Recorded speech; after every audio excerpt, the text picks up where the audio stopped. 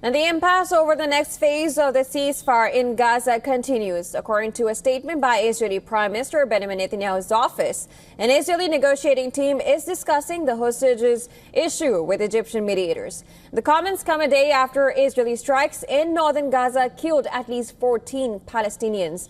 Now, adding to internal political turmoil, Israeli Prime Minister Netanyahu has announced that he will seek to dismiss Ronen Bar, the head of Israel's internal security service, Shin Bet. In a statement, Netanyahu said that ongoing distrust made it impossible for him to continue working with Bar.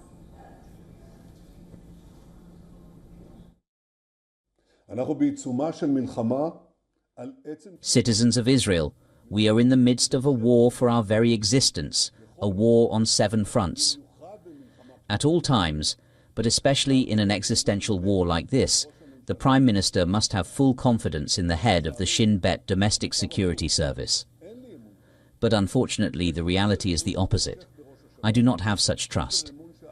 I have an ongoing lack of trust in the head of the Shin Bet security service, a distrust that has only grown over time. The Shin Bet had recently issued a report accepting responsibility for its failures around the October 7 attack and had also criticized Netanyahu, saying government policies were among its causes.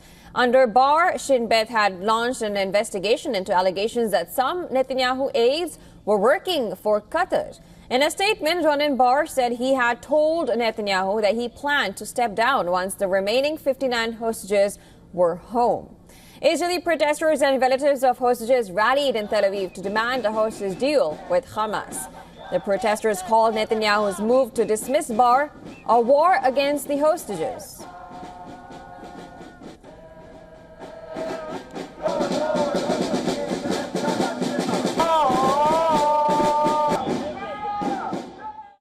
Ronen Bar was one of the heads of the that were negotiating in Qatar to release the hostages. He fired him from that role as well, even though he is the one who brought us the current deal that released tens of hostages. And this is just another radical step towards Israel from not being a democracy anymore. This is a war against the hostages. It's a war against every Israeli citizen, and we will fight against it.